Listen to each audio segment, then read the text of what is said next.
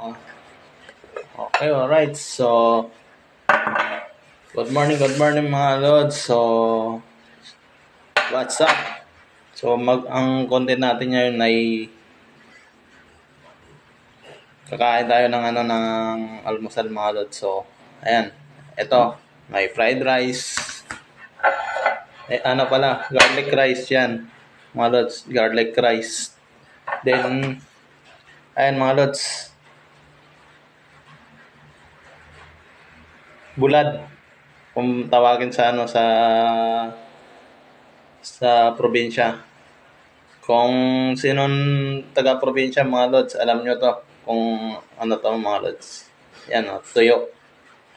Tuyo kung tawagin sa Tagalog mga lods, tuyo. So, right.